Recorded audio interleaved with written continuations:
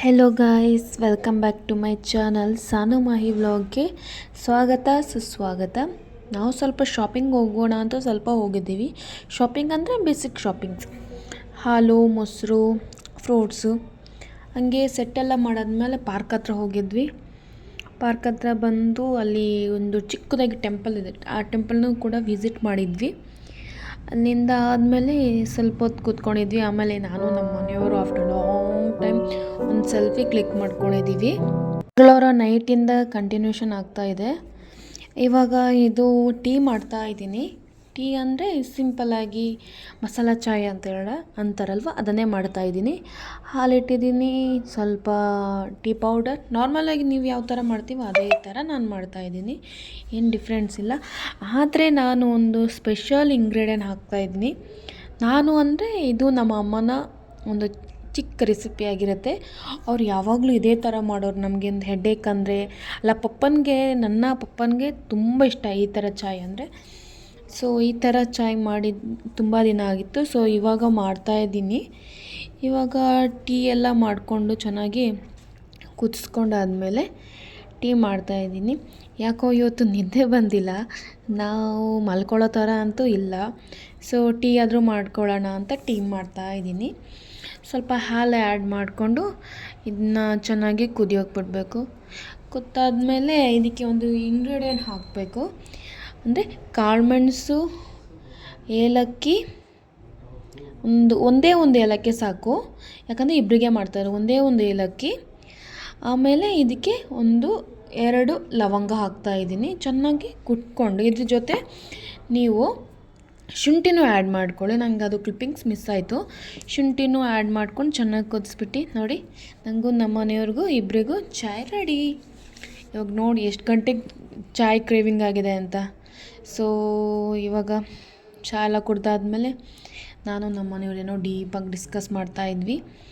ಅಂದರೆ ಏನು ಮಾಡೋದು ಏನಿಲ್ಲ, ಯಾಕೆ ನಿದ್ದೆ ಬರ್ತಾಯಿಲ್ಲ ಅಂತ. ಸರಿ ಬಿಡು, ಇನ್ನೇನು ಮಾಡೋದು, ನಿದ್ದೆ ಬಂದಿಲ್ಲ ಅಂದರೆ ಟೈಮ್ ವೇಸ್ಟ್ ಯಾಕೆ ಮಾಡೋದು, ಕೆಲಸ ಆದರೂ ಮಾಡಿಕೊಂಡ್ರೆ ಸ್ವಲ್ಪ ಫ್ರೀ ಆಗ್ತೀವಲ್ಲ ಅಂತ. ಮಾರ್ನಿಂಗ್ ಆಮೇಲೆ ರೆಸ್ಟ್ ಮಾಡ್ಕೋಬೋದು ಬೇಕು ಅಂದರೆ ಅಂತ. ಸೊ ಇವಾಗ ಡೀಪ್ ಡಿಸ್ಕಷನ್ ಮಾಡ್ತಾಯಿದ್ವಿ, ಹಂಗೆ ಹಿಂಗೆ ಅಂತ. ಸೊ ಇವಾಗ ಡಿಸ್ಕಸ್ ಆದಮೇಲೆ ನಮ್ಮ ಮನೆಯವರು ಮಲ್ಕೊಳ್ಳೋಕೆ ಹೋದರು.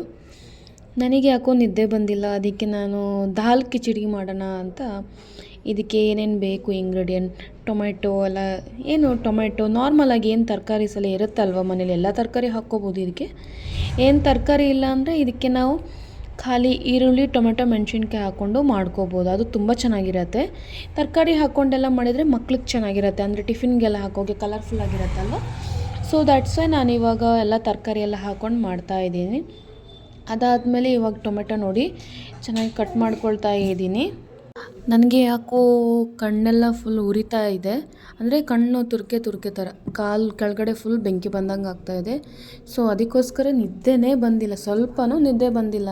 ತುಂಬ ಟೈಮ್ ನಾನು ಮಲ್ಕೊಳ್ಳೋಕೆ ಟ್ರೈ ಮಾಡಿದೆ, ನಿದ್ದೆ ಬರುತ್ತೆ ಏನೋ ಅಂತ ಒಂದು ಹೋಪ್ಸಲ್ಲಿ ಮಲ್ಕೊಳ್ಳೋಕೆ ತುಂಬ ಟ್ರೈ ಮಾಡಿದೆ. ಕೊನೆಗೂ ಆಗೇ ಇಲ್ಲ. ಇನ್ನೇನು ಮಾಡೋದು, ಫ್ರೀ ಆಗಿಬಿಟ್ಟಿದ್ದೀನಿ ಅಂತ ಎದ್ಬಿಟ್ಟೆ. ಹಿಂಗೂ ಮಾರ್ನಿಂಗ್ 4 ಗಂಟೆಗೆ ಎದ್ದೇಳ್ತೀನಲ್ವ. ಸೊ ಇವತ್ತು ಸ್ವಲ್ಪ ಬೇಗ ಅಂತ ಎಲ್ಲ ಎದ್ದು ತರಕಾರಿ ಎಲ್ಲ ಕಟ್ ಮಾಡ್ತಾಯಿದ್ದೀನಿ. ನೋಡಿ, ಎಲ್ಲ ತರಕಾರಿ ಕಟ್ ಮಾಡಿ ಇಟ್ಕೊಂಡಿದ್ದೀನಿ.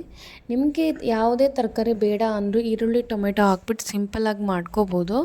ನಾನು ಅಂದರೆ ಮಗನ ಟಿಫಿನಿಗೆ ಕಳಿಸ್ತಾ ಇರೋದ್ರಿಂದ ಇದಕ್ಕೆ ಎಲ್ಲ ತರಕಾರಿ ಹಾಕ್ತಾಯಿದ್ದೀನಿ. ಮಕ್ಕಳಂದರೆ ಸ್ಕೂಲಲ್ಲೆಲ್ಲ ತಿಂತಾರಲ್ವ, ಸೊ ದ್ಯಾಟ್ಸ್ ವೈ ನಾನು ಹಾಕ್ತಾಯಿದ್ದೀನಿ. ಆಮೇಲೆ ಇದಕ್ಕೆ ಅಕ್ಕಿ ನೆನೆಸಾಕಬೇಕು, ಅಕ್ಕಿ ಮತ್ತು ಬೇಳೆ ನೆನೆಸಾಕಬೇಕು. ಅಕ್ಕಿನ ಈ ಕಪ್ಸಲ್ಲಿ ಚಿಕ್ಕ ಕಾಫಿ ಕಪ್ ಬರುತ್ತಲ್ವ, ಅದರಲ್ಲಿ 2 ಕಪ್ ಹಾಕ್ಕೊಂಡಿದ್ದೀನಿ. 2 ಕಪ್ಪು ಅಂದರೆ 2 ಕಪ್ಗಿಂತನೂ ಕಮ್ಮಿ, 3/4 ಕಪ್ ಅಂತ ಹೇಳ್ಬೋದು. 3/4 ಕಪ್ ಹಾಕಿ ಇವಾಗ ಮಸೂರ್ ದಾಲ್ ಮತ್ತು ತೊಗರಿಬೇಳೆ, ಮಸೂರ್ ದಾಲ್ ಅಂದರೆ ಮೈಸೂರು ಬೇಳೆ, ಇದು ಎರಡನ್ನು ಚೆನ್ನಾಗಿ ತೊಳೆದು ರೈಸ್ ಜೊತೆನೇ ನೆನೆಸಾಕಬೇಕು. ನೆನೆಸಾಕಿ ಒಂದು ಅರ್ಧ ಗಂಟೆ ನೆನೆಸಾಕಬೇಕು. ಆಮೇಲೆ ನಿನ್ನೆ ಸ್ವಲ್ಪ ಶಾಪಿಂಗ್ ಹೋದಾಗ ಈರುಳ್ಳಿ ತಂದಿದ್ದೆ. ಈರುಳ್ಳಿನ ಸಿಪ್ಪೆ ಎಲ್ಲ ತುಂಬ ಕಸ ಅಂತ ಇತ್ತಲ್ವ, ಅದನ್ನೆಲ್ಲ ಕ್ಲೀನ್ ಮಾಡ್ಕೊಂಡು ಇವಾಗ ಜೀರಿಗೆ ಕಷಾಯ ಇಟ್ಕೊಂಡಿದ್ದೀನಿ. ಯಾಕೋ ಹೀಟಾಗಿರ್ಬೋದೇನೋ ಅಂತ. ಸೊ ನಮ್ಮಕ್ಕ ಒಂದು ಡಿಶ್ ಮಾಡ್ತಾಳೆ, ಅದ್ರ ಹೆಸರು ನೆಪಾಲಿ ಚಟ್ನಿ. ಅದು ಕ್ಯಾಬೇಜಿಂದ ಮಾಡ್ತಾರೆ. ಸೊ ಅದನ್ನೇ ಮಾಡಿದ್ದೆ ಅವಳ ಹತ್ರನೇ ರೆಸಿಪಿ ಕೇಳಿ. ಆಮೇಲೆ ಇವಾಗ ನೋಡಿ 7 ಗಂಟೆ ಆಗಿದೆ. 7 ಗಂಟೆಗೆ ಬ್ರೇಕ್ಫಾಸ್ಟ್ ಸ್ಟಾರ್ಟ್ ಮಾಡಬೇಕು. ಬ್ರೇಕ್ಫಾಸ್ಟ್ ಸ್ಟಾರ್ಟ್ ಮಾಡೋಣ ಅಂತ ಎಣ್ಣೆ ಎಲ್ಲ ಇಟ್ಟು ಅದಕ್ಕೆ ಸ್ವಲ್ಪ ಸಾಸಿವೆ ಜೀರಿಗೆ ಹಾಕ್ಕೊಂಡು ಚೆನ್ನಾಗಿ ಫ್ರೈ ಮಾಡಿ, ಅದಕ್ಕೆ ಶುಂಠಿ ಬೆಳ್ಳುಳ್ಳಿ ಪೇಸ್ಟ್ ಬೇಕಾದ್ರೆ ಹಾಕ್ಬೋದು, ಕಟ್ ಮಾಡಬೇಕಾದ್ರೆ ಹಾಕ್ಬೋದು. ಕಟ್ ಮಾಡಿ ಹಾಕಿದ್ರೆ ಸ್ವಲ್ಪ ಚೆನ್ನಾಗಿರುತ್ತೆ, ಬಾಯಿಗೆ ಸಿಗುತ್ತಲ್ಲ ಫ್ಲೇವರ್. ಸೊ ಅದಕ್ಕೋಸ್ಕರ ಕಟ್ ಮಾಡಿ ಹಾಕಿದ್ದೀನಿ.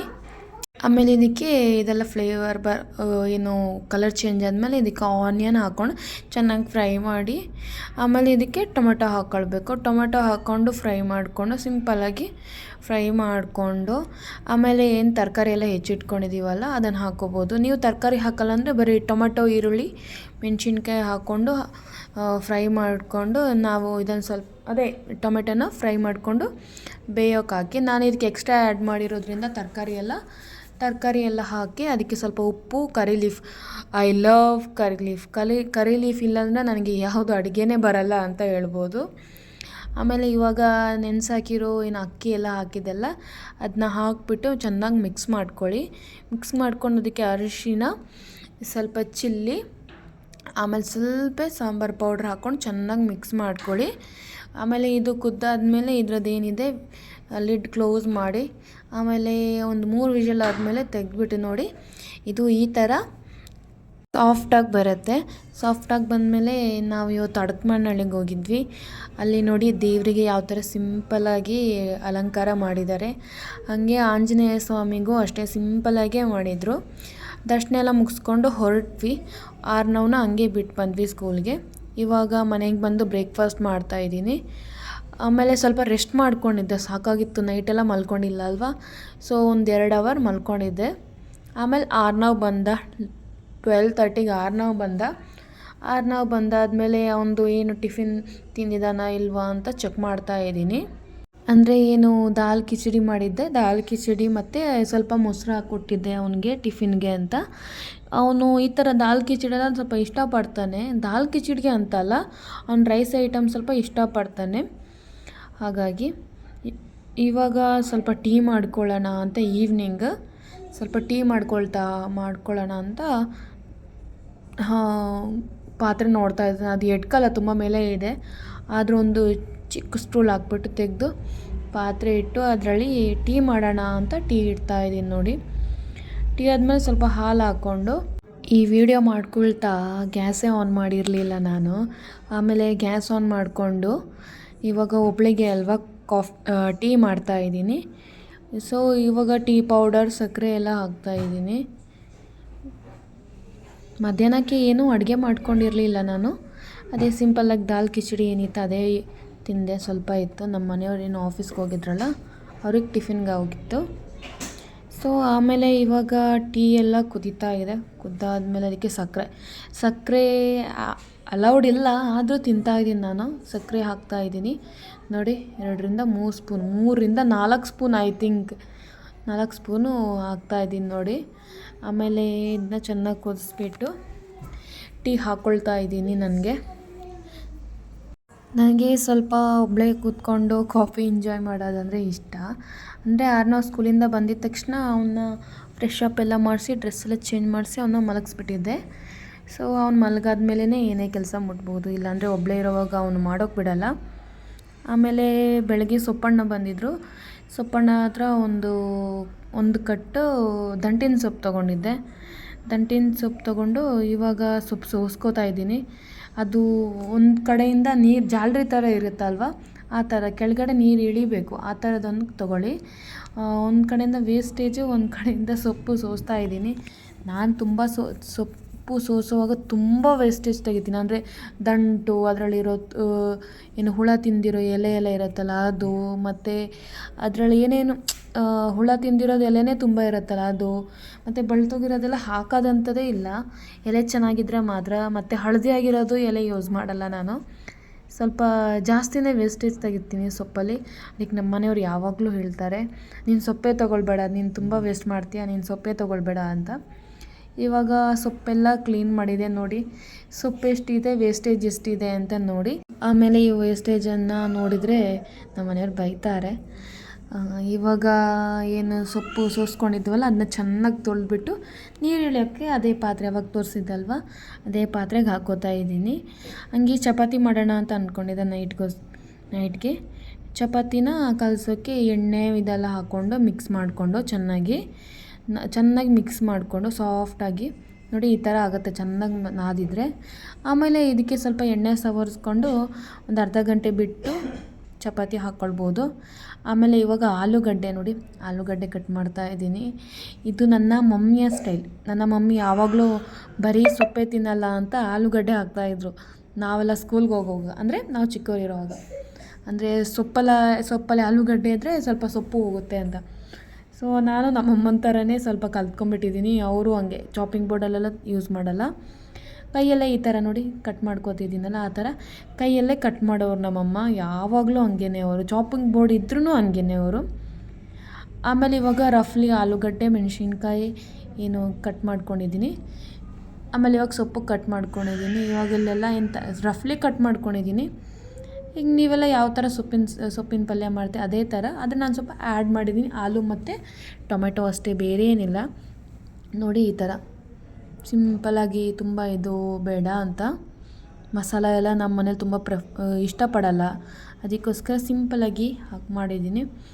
ಇವಾಗ ಚಪಾತಿ ಮಾಡೋಣ ಅಂತ ಚಪಾತಿ ಹಿಟ್ಟಲ್ಲಿ ಉಂಡೆ ಕಟ್ಕೊಳ್ತಾ ಇದ್ದೀನಿ. ನಾನಂದರೆ ಪುಟಾಣಿದು ಹಾಕ್ತಾಯಿದ್ದೀನಿ, ಅದಕ್ಕೆ ಚಿಕ್ಕದಾಗೆ ಮಾಡ್ತಾಯಿದ್ದೀನಿ.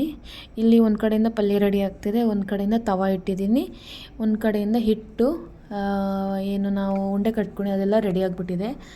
ನೋಡಿ ಇವಾಗ ಚಪಾತಿ ಲಟ್ಟಿಸ್ತಾ ಇದ್ದೀನಿ. ನಂದು ಯಾವಾಗಲೂ ಚಪಾತಿ ರೌಂಡಾಗಿ ಬರುತ್ತೆ, ಎಕ್ಸ್ಪೀರಿಯನ್ಸ್ ಮೇಲೆ. ಡೈಲಿ ನೈಟ್ ಚಪಾತಿ ಇರೋದ್ರಿಂದ ಎಕ್ಸ್ಪೀರಿಯನ್ಸ್ ಮೇಲೆ ಐ ಥಿಂಕ್ ರೌಂಡಿಗೆ ಬರುತ್ತೆ. ಒಂದು ಸೈಡ್ ಚೆನ್ನಾಗಿ ಬೇಯಿಸ್ಬಿಟ್ಟು ಇನ್ನೊಂದು ಸೈಡ್ ಅರ್ಧಂಬರ್ಧ ಬೇಯಿಸ್ಕೊಂಡು, ಈ ಥರ ಅರ್ಧಂಬರ್ಧ ಬೇಯಿಸ್ಕೊಂಡು ಗ್ಯಾಸ್ ಮೇಲೆ ಡೈರೆಕ್ಟಾಗಿ ಇಟ್ಬಿಡ್ತೀನಿ ನೋಡಿ, ಹೈ ಫ್ಲೇಮಲ್ಲಿ. ಈ ಥರ ಇಟ್ಟರೆ ಫುಲ್ಕ ಆಗುತ್ತೆ. ನಾನು ಯಾವಾಗಲೂ ಏನು ಎಣ್ಣೆ ಅಂತ ಯೂಸ್ ಮಾಡಲ್ಲ, ಯಾವತ್ತಾದರೂ ಒಂದು ದಿನ ಮಾತ್ರ, ತುಂಬ ರೇಯರ್ ನಾನು ಎಣ್ಣೆ ಹಾಕೋದು. ಇಲ್ಲ ನಾರ್ಮಲ್ ಡೇಸಲ್ಲಿ ಈ ಥರ ಫುಲ್ಕ ಮಾಡಿಬಿಡ್ತೀನಿ. ಫುಲ್ಕ ಮಾಡಾದಮೇಲೆ ಒಂದು ಇನ್ಸಿಡೆಂಟ್ ನೆನಪಾಯ್ತು ಈ ಥರ ಚಪಾತಿ ಮಾಡೋವಾಗ. ನಮ್ಮಮ್ಮ ತುಂಬ ಚೆನ್ನಾಗಿ ಚಪಾತಿ ಮಾಡ್ತಾರೆ. ನಾವು ಸ್ಕೂಲಿಗೆಲ್ಲ ಹೋಗೋವಾಗ ನಾವೇನು ಮಾಡ್ತಿದ್ವಿ ಅಂದರೆ, ಆಟ ಆಡ್ಕೊಂಡು ಬಂದಾದಮೇಲೆ ಹಸಿವಾಗೋದಲ್ಲ, ನಾವೇನು ಪಲ್ಯ ಎಲ್ಲ ಹಾಕ್ಕೊಂಡು ಗ್ಯಾಸ್ ಹತ್ರನೇ ಕೂತ್ಕೊಳ್ತಾ ಇದ್ವಿ. ಗ್ಯಾಸ್ ಹತ್ರನೇ ಕೂತ್ಕೊಂಡು ನಮ್ಮಮ್ಮ ಮಾಡೋ ಚಪಾತಿನ ಬಿಸಿಯಾಗಿ ಈ ಥರ ಫುಲ್ಕ ಹಾಕ್ಕೊಡೋರು. ಏನು ಚೆನ್ನಾಗಿರೋದು ಅಲ್ವಾ. ಆ ಡೇಸ್ ತುಂಬ ಮಿಸ್ ಮಾಡ್ಕೋತೀವಿ. ಆ ಡೇಸ್ ಎಷ್ಟು ಇದು ಮಿಸ್ ಮಾಡ್ಕೋತೀವಿ ಅಂದರೆ, ಆ ಡೇಸ್ ಇನ್ನೊಂದು ಸತಿ ಬರಲಿ ಅಂತ ಕಾಯ್ತಾ ಇರ್ತೀನಿ. ಈ ಥರ ನೋಡಿ ನಮ್ಮಮ್ಮ ಇದೇ ಥರ ಮಾಡೋರು ಫುಲ್ಕ. ಅವ್ರು ನನಗಿಂತ ಚೆನ್ನಾಗಿ ಮಾಡೋರು, ದೊಡ್ಡ ಚಪಾತಿ ಹಾಕೋರವರು. ಆ ಥರ ದೊಡ್ಡ ಚಪಾತಿ 2 ತಿಂದರೆ ಹೊಟ್ಟೆ ಫುಲ್ ಟೈಟ್ ಆಗಿಬಿಡೋದು, ಆ ಥರ ಮಾಡೋರು. ಅಂದರೆ ನಮ್ಮಮ್ಮ ಒಂಥರ ಸೂಪರ್ ವುಮನ್ ಥರ. ಅವರು ಹೊರಗಡೆನೂ ಕೆಲಸ ಮಾಡ್ಕೊಂಡು ಬಂದು ಮನೆಯಲ್ಲೂ ಮನೇಲಿ ಮಾಡೋರು ಅಂದರೆ ನಾವೇನು ಹೇಳ್ತೀವಿ ಅದೇ. ನಾವೊಂದು 1 ಗಂಟೆ ರಾತ್ರಿ ಎದ್ದು ಮಮ್ಮಿ ನನಗೆ ಹಸಿವಾಗ್ತಿದೆ, ನನಗೇನಾದರೂ ಮಾಡಿಕೊಡು ಅಂದರೂ ಅವ್ರು ಮಾಡಿಕೊಡ್ತಾರೆ. ಅವ್ರು ಆ ಥರ. ಅಂದರೆ ಮಕ್ಕಳು ಏನಾದ್ರು ತಿನ್ನಬೇಕು ಫಸ್ಟು. ಮದುವೆಕ್ಕಿಂತ ಮುಂಚೆನೂ ಹೌದು, ಇವಾಗ ಮದುವೆ ಆದಮೇಲೂ ಹೌದು. ನಮ್ಗೆ ಮಾಡಿಕೊಡೋದಲ್ಲದೆ ನಮ್ಮ ಮಕ್ಳಿಗೂ ಮಾಡಿಕೊಡ್ತಾರೆ ಪಾಪ ಅವರು. She is great woman, super woman ನನ್ನ ಪ್ರಕಾರ ಅಂತವರು. ಯಾವಾಗಲೂ ಎಷ್ಟು ಕೆಲಸ ಮಾಡೋರು ಅಂದರೆ, 1 ನಿಮಿಷ ಕೂತ್ಕೊಳ್ಳಲ್ಲ ಮನೇಲಿದ್ದರೆ ಅವರು. ರಜಾ ಮಾಡಿದರೆ ಕ್ಲೀನಿಂಗ್ ಅಂತೆ, ಅಡುಗೆ ಅಂತೆ, ಅದು ಇದು ಅಂದರೆ ಅವರು ಫುಲ್ ಕ್ಲೀನಿಂಗ್ ವುಮನ್. ತುಂಬ ಕ್ಲೀನ್ ಇಷ್ಟಪಡ್ತಾರೆ. ಅವರಿಂದನೇ ನನಗೆ ಸ್ವಲ್ಪ ಜಾಸ್ತಿ ಕ್ಲೀನಿಂಗ್ದು ಹುಚ್ಚಿಡ್ತಿರೋದು. ಸೊ ಇವಾಗ ನೋಡಿ ಚಪಾತಿ ಎಲ್ಲ ಆಗೋಗಿದೆ, ಹಾಟ್ ಬಾಕ್ಸಿಗೆ ಹಾಕಿದ್ದೀನಿ. ಆಮೇಲೆವರೆಗೂ ಚೆನ್ನಾಗಿ ಬಿಸಿಯಾಗಿಡಬೇಕಲ್ಲ, ಸೊ ಲೇಟಾಗಿ ಆಗುತ್ತೆ ಅಂತ. ನಮ್ಮಮ್ಮ ಯಾವಾಗಲೂ ಹೇಳೋರು, ಕಿಚನೆಲ್ಲ ಹಂಗೆ ಮೆಸ್ಸಿ ಮಾಡ್ಕೊಂಡಿದ್ರೆ ನಿನಗೆ ಆಮೇಲೆ ಕಷ್ಟ ಆಗಲ್ವಾ ಅಂತ. ಸೊ ಏನೇ ಅಡುಗೆ ಮಾಡಾದ್ಮೇಲೂ ಫಸ್ಟು ಗ್ಯಾಸ್ ಸ್ಟಾಪು ಎಲ್ಲ ಕ್ಲೀನ್ ಮಾಡಿಕೊಂಡು, ಆಮೇಲೆ ಏನಾದರೂ ಪಾತ್ರೆ ಇದ್ದರೆ ತೊಳ್ಕೊ ಅಂದರೆ ಮೊದಲಿಂದನೇ ಅವ್ರು ಅದೇ ಥರ ಮಾಡೋರು. ನಮ್ಮಮ್ಮನೂ ಹಂಗೆ, ಅಡುಗೆ ಆಗಿದ ತಕ್ಷಣ ಅವ್ರೇನು ಫುಲ್ ಮೆಸ್ಸಿ ಕಿಚನಲ್ಲೇ ಇಡಲ್ಲ. ಅವ್ರ kitchen full clean, neat and clean ಅವ್ರದ್ದು.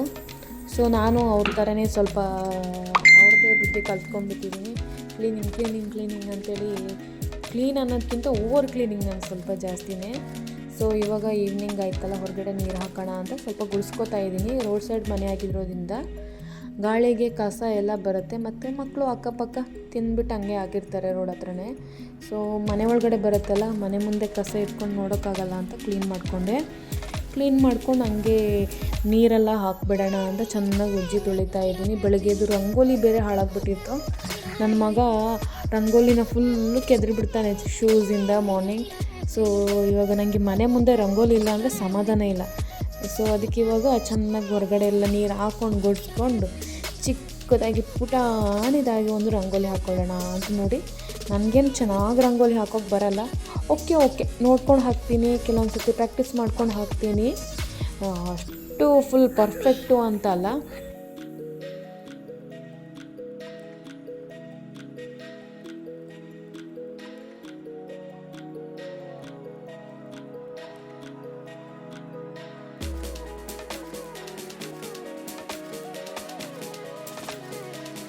ನೋಡಿ, ಈ ಥರ ಪುಟಾಣಿದಾಗ ರಂಗೋಲಿ ಹಾಕ್ಕೊಂಡಿದ್ದೀನಿ. ನೋಡಿ ಎಷ್ಟು ಕ್ಲೀನ್ ಮಾಡ್ಕೊಂಡಿದ್ದೀನಿ. ಫುಲ್ ಮನೆ ಹತ್ತಿರ ಎಲ್ಲ ಗುಡಿಸಿ ನೀರು ಹಾಕ್ಬಿಟ್ಟಿದ್ದೀನಿ. ನೀರು ಹಾಕಿನೂ ಇನ್ನೊಂದು ಸತಿ ಗುಡಿಸ್ಬಿಡ್ತೀನಿ, ಕ್ಲೀನಾಗಿ ಆಗುತ್ತೆ ಅಂತ. So okay guys, thank you for watching. Bye. Share and subscribe my channel. Bye. Love you all.